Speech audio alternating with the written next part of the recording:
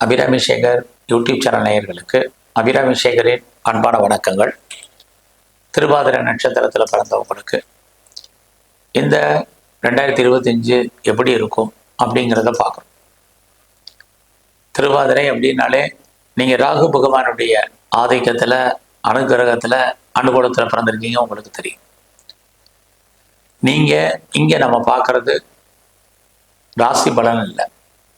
திருவாதிரை நீங்கள் மிதுன ராசின்னு உங்களுக்கு தெரியும். ராசி பலன் தனியாக வீடியோ போட்டிருக்கேன், வேணும்னா பாருங்கள். மிதுன லக்னத்துக்குன்னே ஒரு தனி வீடியோ 2025க்காக போட்டிருக்கேன், வேணும்னா அதில் போய் பாருங்கள். இங்கே நீங்கள் திருவாதிரை நட்சத்திரத்தில் பிறந்தவங்களுக்கு மட்டும் எப்படி இருக்கும் இந்த 2025 அப்படிதான் பார்க்கணும். இந்த வருஷம் பார்த்தீங்கன்னா ரொம்ப முக்கியமான ஒரு விஷயம், 4 முக்கியமான கிரகங்கள் பயிற்சி இந்த வருஷம் இருக்குது. குறிப்பாக திருக்கணித பஞ்சாங்கப்படி சனி பகவானுடைய பயிற்சி மார்ச் மாதம் 29ஆம் தேதி. அவர் கும்பராசிலேருந்து மீன ராசிக்கு பயிற்சி ஆகிறார். அடுத்தபடியாக பார்த்தீங்கன்னா மே மாதம் 14ஆம் தேதி குரு பகவான் ரிஷபராசிலிருந்து மிதுன ராசிக்கு பயிற்சி ஆகிறார். அதே மே மாதம் 18ஆம் தேதி, அதாவது குரு பகவான் பயிற்சியான ஒரு 4 நாட்கள்லேயே ராகு கேது பயிற்சி. ராகு பகவான் மீன ராசிலிருந்து கும்பராசிக்கு வர்றார், கேது பகவான் கன்னியிலிருந்து சிம்மராசிக்கு வர்றார். ஆக 4 முக்கியமான கிரகங்களுடைய பயிற்சி இந்த 2025 இருக்கு. இந்த பயிற்சிகள் நமக்கு வாழ்க்கையில என்ன செய்ய போறாங்க, என்ன எப்படிப்பட்ட பலன்களை கொடுக்க போறாங்க அப்படிங்கிறத தான் பார்க்குறோம். ஒரு அடிப்படை உண்மையை தெரிஞ்சுக்கணும். எல்லா கிரகங்களும் நமக்கு நன்மையை செய்யும் அப்படிங்கிறதுக்கு இல்லை. ஏதாவது ஒரு கிரகம் நமக்கு எப்பயாவது ஒரு கெடுபலன்களை செஞ்சுக்கிட்டே தான் இருக்கும். அதையும் நம்ம இப்போ கணக்கில் எடுத்துக்கிட்டு தான் பார்க்க போகிறோம். இந்த 4 கிரகங்கள் இருக்கக்கூடிய வீடு, அவர்கள் பார்க்கக்கூடிய இடம், அவர்கள் சஞ்சரிக்கக்கூடிய நட்சத்திரங்கள், மற்ற கிரகங்கள் சஞ்சாரம் பண்ணுறதெல்லாம் கணக்கில் எடுத்துக்கிட்டு தான் திருவாதிரை நட்சத்திரத்தில் பிறந்தவங்களுக்கு இந்த வருஷம் 2025 எப்படி இருக்கும் அப்படிங்கிறத பார்க்கணும். முதல்ல இந்த வருஷத்தில் உங்களுடைய பண வரவு, பொருள் வரவு, அதிர்ஷ்டம் எப்படி இருக்கு? இந்த வருஷத்துல உங்க கையில பணம் இருக்குமா, தனம் இருக்குமா, பொருள் இருக்குமா? இது அத்தனையும் தான் பார்க்குற பொழுது இந்த வருஷம் உங்களுக்கு பரவாயில்ல. அதுலேயும் மே மாதம் 14ஆம் தேதிக்கு அப்புறம் திருவாதிரை நட்சத்திரத்தில் பிறந்த உங்களுக்கு வலுவான தெய்வ அனுகூலம் கிடைக்கும். தெய்வ அனுகூலம் மட்டுமல்ல, அந்த காலகட்டங்களுக்கு அப்புறம் உங்கள் கையில் பணம், தனம், பொருள், பேங்க் பேலன்ஸ் இருப்பதற்கான வாய்ப்பு ஓரளவுக்கு உண்டு. ஏதோ ஒரு ரூபத்தில் பணங்கள், பொருட்கள் இருக்கும், அல்லது மற்றவர்களுடைய பணத்தை நீங்கள் ஆளுமை பண்ணுறதுக்கான ஒரு வாய்ப்பு உங்களுக்கு இந்த வருஷம் அமையும். அது இல்லாமல் யாரெல்லாம் பேச்சின் மூலமாக வருமானத்தை சம்பாதிக்க நினைக்கிறீங்களோ இந்த வருஷம் பரவாயில்லாமல் உங்களுக்கு இருக்கும். ஆக இந்த வருஷம் நம்ம உங்களுடைய பொருளாதார நிலைகளை பார்த்தோம். இந்த வருஷம் உங்களுடைய வேலை வாய்ப்புகள் எப்படி இருக்குன்னு பார்க்குறோம். உங்களுடைய ஜாப், உங்களுடைய கரியர், உங்களுடைய ப்ரொஃபஷன் இந்த வருஷம் எப்படி இருக்கு, இதுதான் நம்ம ரொம்ப முக்கியமாக பார்க்க இருக்கிறோம். அப்படி பார்க்கிற போது இந்த வருஷம் உங்களுக்கு வேலை இல்லாமல் இல்லை. திருவாதிரை நட்சத்திரத்தில் பிறந்த நீங்கள் கவர்மெண்ட் சர்வீஸில் இருக்கலாம், ப்ரைவேட் செக்டாரில் இருக்கலாம், எனி ரிப்பீட்டட் கன்சர்னில் இருக்கலாம், எதில் வேணாலும் நீங்கள் இருங்க.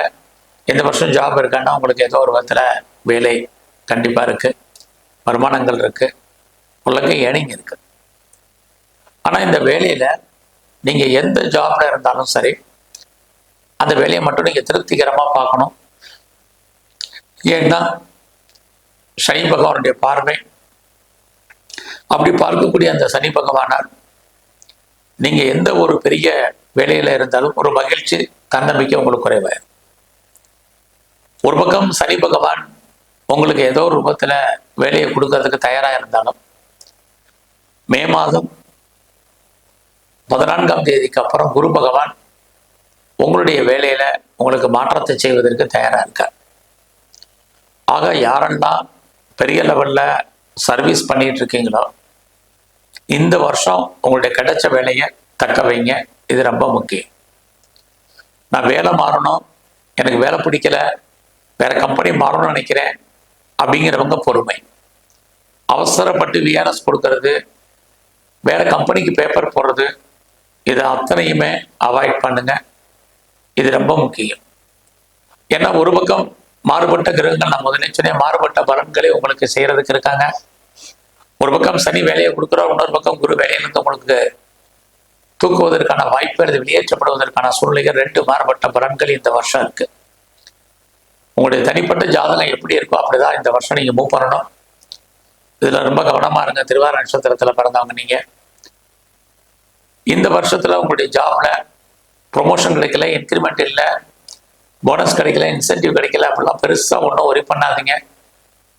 இதெல்லாம் கிடைக்கலனாலும் பின்னாடி கிடைப்பதற்கான வாய்ப்புகள் உங்களுக்கு இருக்கு.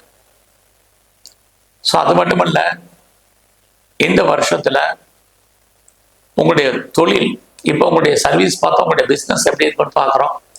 யாரெல்லாம் பிஸ்னஸ் பண்றீங்களோ உங்களுடைய பிஸ்னஸ் ஓரளவுக்கு நல்லா இருக்கும். நீங்க இந்த சொந்த பிஸ்னஸ் பண்ணாலும் சரி, அல்லது பார்ட்னர்ஷிப்போட பிஸ்னஸ் பண்ணாலும் சரி, எல்லாமே மார்ச் 29 அப்புறம் உங்களுடைய தொழில் ஓரளவுக்கு ஏற்றம் மிகுந்ததாக இருக்கும். நீங்க அது மட்டும் இல்ல, எக்ஸ்போர்ட் அண்ட் இம்போர்ட் பண்றீங்கன்னா மே மாசம் 18 அப்புறம் உங்களுடைய ஏற்றுமதி இறக்குமதி தொழில் இன்னும் பிரகாசம் அடையும். நீங்க ஏதாவது ஒன்றுக்கு மேற்பட்ட பிசினஸ் பண்றீங்க, ஒன்றுக்கு மேற்பட்ட இடத்துல அந்த பிசினஸ் பண்றீங்க, அத்தனை பேருக்கும் மே 18 அப்புறம் உங்களுடைய தொழில் நல்லா இருக்கு. அது மட்டுமல்ல, யாரெல்லாம் நீங்க ஏதாவது சிறு தொழில், சுய தொழில் வீட்டில் வச்சுட்டு பண்ணக்கூடிய பிசினஸ் அல்லது ஆன்லைன்ல பிசினஸ், பிளாட்ஃபார்ம் பிசினஸ் பண்றவங்க,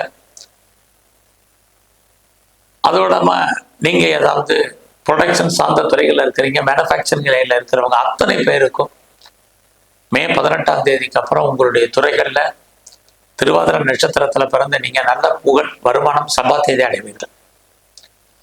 ஆக நான் இங்க பிரிச்சு அந்தந்த காலகட்டங்களை சொல்லிட்டு வர்றேன். பொறுமையாகவும் நிதானமாகவும் கேளுங்க. இது ரொம்ப முக்கியம் உங்களுக்கு. ஆக இந்த வருஷம் உங்களுடைய மேரிட்டல் லைஃப் எப்படி இருக்கு?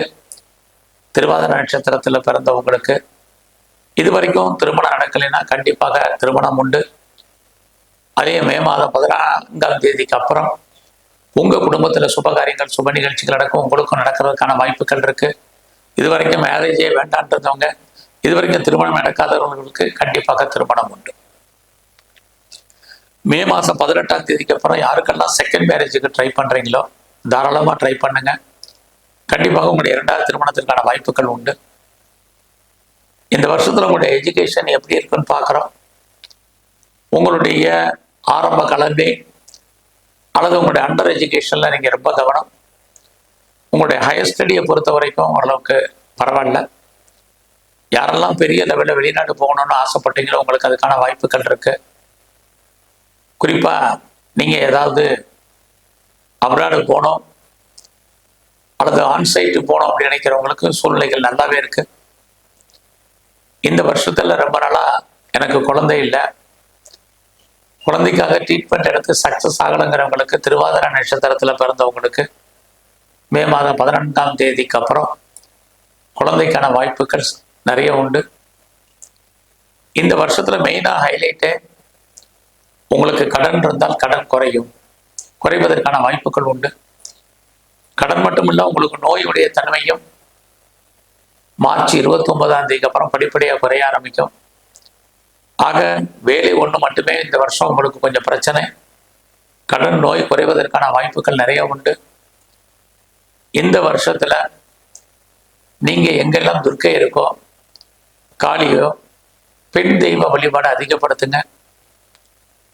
உங்களுக்கு இந்த வருஷம் ஷேர் மார்க்கெட்ல ஓரளவுக்கு நார்மலான வருமானங்கள், சம்பாத்தியங்கள் இருக்கு. கலைத்துறையில இருக்கிறவங்களுக்கு புகழ், அந்தஸ்து உண்டு. இந்த வருஷத்துல நீங்க வாய்ப்பு இருந்தால் சித்தர்களுடைய ஜீவ சமாதி போயிட்டு வாங்க. இன்னும் நல்லதொரு ஏற்ற முன்னேற்றம் உங்களுடைய வாழ்க்கையில் அமையும். நன்றி, வணக்கம்.